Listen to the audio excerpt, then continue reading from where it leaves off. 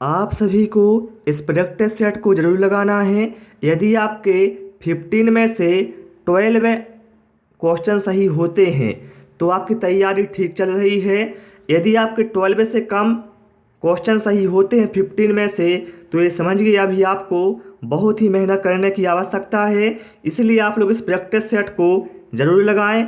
Hello दोस्तों, नमस्कार। मैं पारस कुमार आज आपके लिए NCERT पैटर्न पर आधारित EVS के मोस्ट इम्पोर्टेंट क्वेश्चन लेकर आया हूँ, जिन्हें यदि आप पढ़ते हैं तो यहाँ से आपको एग्जाम में बहुत हेल्प होगी। तो स्टार्ट करते हैं प्रश्न क्रमांक 1 से। निम्न में से कौन द्वितीयक प्रदूषक है? अब यहाँ पर देखिए, smoke, carbon dioxide, carbon monoxide और फ्लाई ऐश। तो साथियों आपको बता दें, जो कार्बन डाइऑक्साइड है, कार्बन मोनोऑक्साइड है और फ्लाई ऐश है, ये क्या है?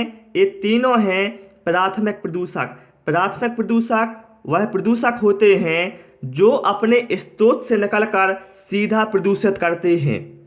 लेकिन जब कोई प्रदूषक अपने स्रोत से निकलकर किसी अन्य के साथ रासायनिक क्रिया करने के बाद प्रदूषित करता है तो वो कहलाता है द्वितीयक प्रदूषक। जैसे यहाँ पर ऑप्शन ए में क्या है? स्मोग। स्मोग एक द्वितीयक प्रदूषक है, क्योंकि जो स्मोग है वह धुएं और कोहरे से बनता है। क्लियर? तो यहाँ पर राइट आंसर हमारा क्या हो जाएगा? Option A. इसके बाद आते हैं साथियों हम प्रश्न क्रमांक 2 पर। और वीडियो पसंद आए साथियों, रिक्वेस्ट है आप सभी से कि वीडियो को लाइक करना और शिक्षक भर्ती एग्जाम की तैयारी के लिए चैनल को भी सब्सक्राइब अवश्य करना। निम्न में से हरित गृह गैस नहीं है। हरित गृह गैस मतलब क्या है? Green house gas. इसमें से बताना है कौन सी नहीं है। ऑप्शन है कार्बन डाइऑक्साइड, ओजोन, नाइट्रोजन या फिर जल वाष्प। और आपको सारे गैसों के फार्मूले याद होने चाहिए, मतलब जो आपके सिलेबस के हिसाब से हैं वो आपके याद होने चाहिए। क्योंकि हो सकता है, देखिए जैसे यहाँ पर लिखा O3, तो आपको पता होना चाहिए भैया जो फार्मूला है वो किसका है? ओजोन का है। ठीक, तो इसमें से देखें मैं आपको कई बार बता चुका हूँ और आपके सिलेबस में भी है हरित गृह गैस या ग्रीन हाउस गैस इफेक्ट। तो इसमें देखिए कार्बन डाइऑक्साइड, ओजोन, जल वाष्प, नाइट्रस ऑक्साइड, मीथेन, क्लोरोफ्लोरोकार्बन, ये हरित गृह गैस कहलाती हैं। लेकिन ऑप्शन सी में क्या है? नाइट्रोजन। भाई मेरे, नाइट्रोजन हरित गृह गैस नहीं है। तो यहाँ पर राइट आंसर हमारा हो जाएगा ऑप्शन सी। इसके बाद आएंगे यहाँ प्रश्न क्रमांक 3 पर। निम्नलिखित में से ग्रीन हाउस गैस का परिणाम नहीं है। ग्रीन हाउस गैस का परिणाम नहीं है। ऑप्शन ए में है ग्लेशियर नहीं बचेंगे। सही बात है, ग्लेशियर क्योंकि पिघलने लगेंगे, प्रवाल विरंजन होगा, बिल्कुल सही है। और फसल की जो क्षमता है वो भी प्रभावित होगी। लेकिन ऑप्शन सी में कहा गया है सागरीय जैव विविधता बढ़ेगी। तो ये जो ग्रीन हाउस गैस का परिणाम नहीं है, तो यहाँ पर राइट आंसर हमारा हो जाएगा ऑप्शन सी। और आप सभी लोग सारे क्वेश्चनों के जो आंसर हैं वो अपनी ईमानदारी से कमेंट करते जाएं। और जो भी आपका स्कोर आएगा वो हमें ईमानदारी से आप लोग कमेंट करना कि आपने कितना स्कोर किया है।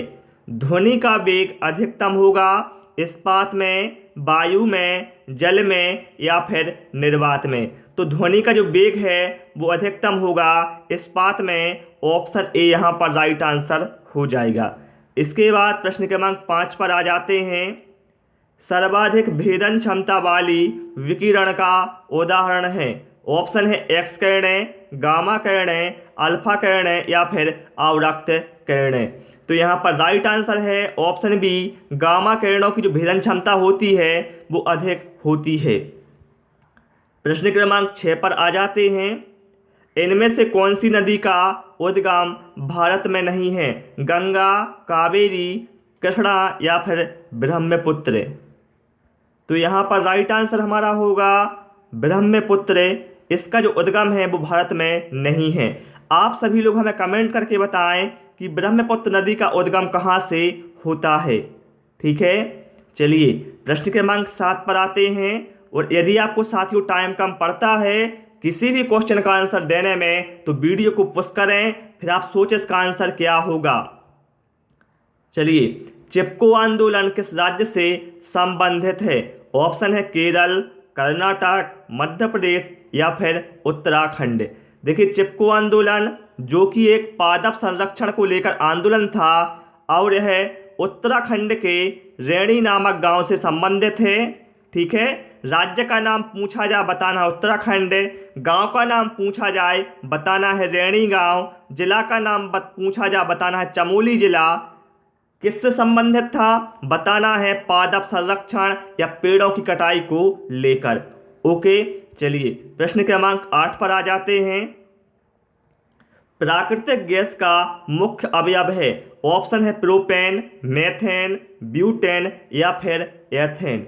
राइट आंसर यहाँ पर क्या होगा? राइट आंसर यहाँ पर होगा मेथेन। ऑप्शन बी यहाँ पर राइट आंसर हो जाएगा, जिसका केमिकल फार्मूला होता है CH4। इसके बाद प्रश्न क्रमांक 9 पर आ जाते हैं। जीवाश्म ईंधन किस चट्टानों में निर्मित होते हैं?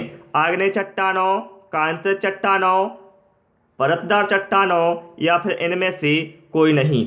तो जो जीवाश्म ईंधन है वो निर्मित होता है परतदार चट्टानों में। ऑप्शन सी यहाँ पर राइट आंसर हो जाएगा। चलिए प्रश्न क्रमांक 10 पर आ जाते हैं। दुनिया को जीवंत रखने के लिए कौन से कीटों का होना अनिवार्य है? ऑप्शन लाख, रेशम, साइटोकाइनेन या फिर मधुमक्खी। आप सभी लोग सारे क्वेश्चनों के आंसर देते जाएं या फिर आप लोग अपनी कॉपी में नोट करते जाएं। तो यहाँ पर राइट आंसर होगा मधुमक्खी।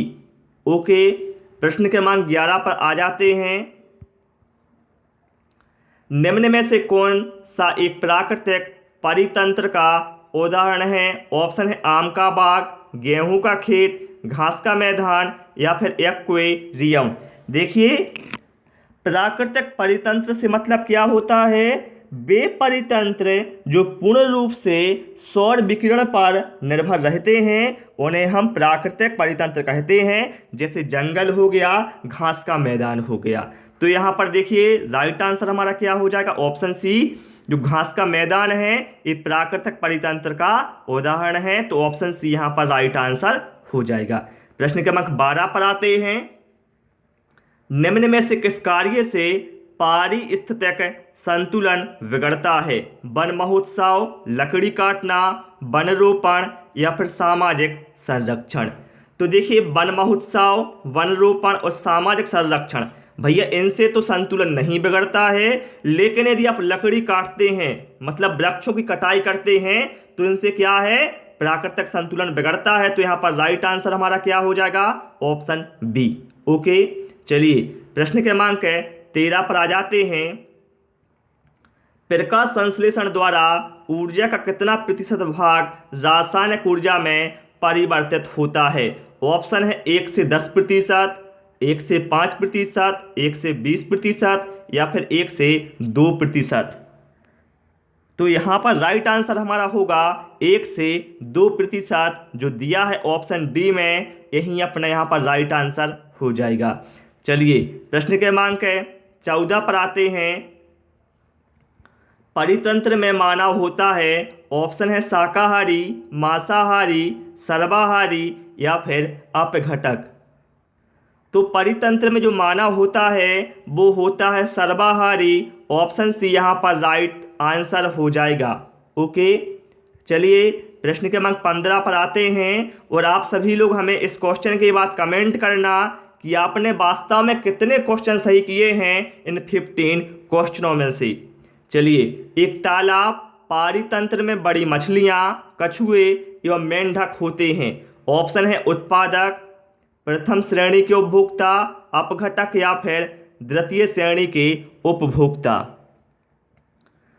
तो देखिए, जो छोटी मछलियाँ होती हैं वो होती हैं प्राथमिक श्रेणी की उपभोक्ता, लेकिन यहाँ पर देखिए बड़ी मछलियों की बात की गई है, कछुआ और मेंढक, तो ये होते हैं द्वितीय श्रेणी के उपभोक्ता। तो ऑप्शन डी यहाँ पर राइट आंसर हमारा हो जाएगा। और यदि आप लोग कमेंट करेंगे कि हर क्वेश्चन को आप व्याख्या में बताएं तो मैं इसको और भी एक्सप्लेन करते जाऊंगा। ठीक है, तो यहाँ पर राइट आंसर हमारा क्या होगा? Option D.